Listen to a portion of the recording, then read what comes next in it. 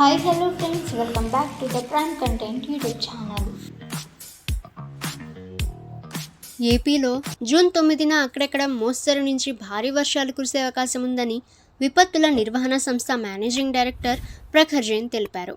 గంటకు 40 నుంచి 50 కిలోమీటర్ల వేగంతో ఈదురుగాలులు వీచే అవకాశం ఉందని, ప్రజలు తగిన జాగ్రత్తలు తీసుకోవాలని, ప్రజలను అప్రమత్తంగా ఉండాలని సూచించారు.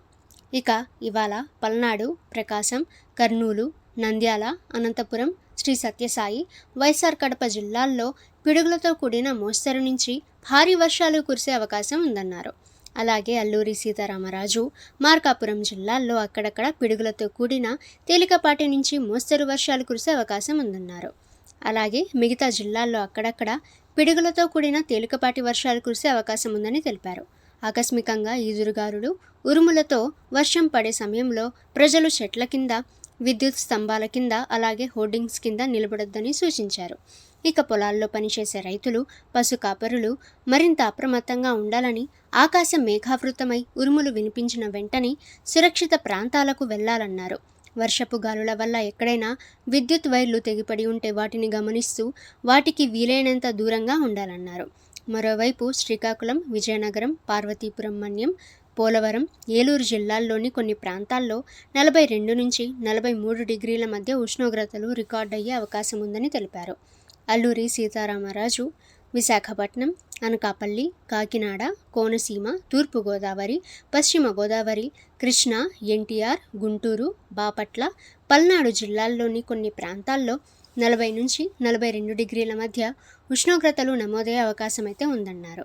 ఇక తెలంగాణ విషయానికి వస్తే తెలంగాణలో ఇవాళ వెదర్ ఎలా ఉందో తెలుసుకుందాము. తెలంగాణ రైతన్నలకు వాతావరణ శాఖ శుభవార్త చెప్పింది. నైరుతి రుతుపవనాలు దక్షిణ తెలంగాణలోని జోగులాంబ గద్వాల్ జిల్లాలోకి సోమవారం ప్రవేశించాయని పేర్కొంది. ఇక దీని ప్రభావంతో రాష్ట్రంలో పలు జిల్లాల్లో ఇప్పటికే వాతావరణం చల్లబడటమే కాకుండా రాబోయే 2-3 రోజుల్లో ఇవి మరింత బలోపేతం కానున్నాయి. ఈ క్రమంలోనే తెలంగాణ అంతటా రుతుపవనాలు పూర్తిగా విస్తరిస్తాయని వాతావరణ కేంద్రం అధికారులు వెల్లడించారు. రుతుపవనాల రాకతో ముఖ్యంగా దక్షిణ, తూర్పు తెలంగాణ జిల్లాలకు వాతావరణ శాఖ భారీ వర్ష సూచన జారీ చేసింది. రాబోయే రోజుల్లో ఈ ప్రాంతాల్లో ఉరుములు, మెరుపులతో కూడిన బలమైన వర్షాలు కురిసే అవకాశం ఉందని అధికారులు పేర్కొన్నారు. ఎండ తీవ్రతతో అల్లాడిపోతున్న ప్రజలకు, అలాగే సాగు పనులకు సిద్ధమవుతున్న రైతులకు ఈ రుతుపవనాల ప్రవేశం ఎంతో ఉపశమనాన్ని, సంతోషాన్ని కలిగిస్తుంది. అలాగే రాబోయే 2-3 రోజుల్లో ఈ రుతుపవనాల మధ్య అరేబియా సముద్రంలోని మరికొన్ని ప్రాంతాలకు, మహారాష్ట్ర, కర్ణాటక, తెలంగాణ, ఆంధ్రప్రదేశ్, తమిళనాడులోని మిగిలిన ప్రాంతాలకు విస్తరిస్తాయని వెల్లడించింది వాతావరణ శాఖ. నైరుతి బంగాళాఖాతం, పశ్చిమ మధ్య వాయువ్య బంగాళాఖాతంలోని మరికొన్ని ప్రాంతాలతో పాటు ఛత్తీస్గఢ్, ఒడిశా, పశ్చిమ బెంగాల్, సిక్కిం, ఈశాన్య రాష్ట్రాల్లోని మిగిలిన ప్రాంతాలలోకి నైరుతి రుతుపవనాలు మరింత ముందుకు సాగటానికి పరిస్థితులు అనుకూలంగా ఉన్నాయని చెప్పుకొచ్చింది వాతావరణ శాఖ. ఓకే ఫ్రెండ్స్, ఇటువంటి లేటెస్ట్ వెదర్ న్యూస్ అందరికంటే ముందుగా మీరు తెలుసుకోవాలి అనుకుంటే ద ప్రైమ్ కంటెంట్ యూట్యూబ్ ఛానల్ని సబ్స్క్రైబ్ చేసుకోండి. వీడియో నచ్చితే వీడియోని లైక్ చేయండి.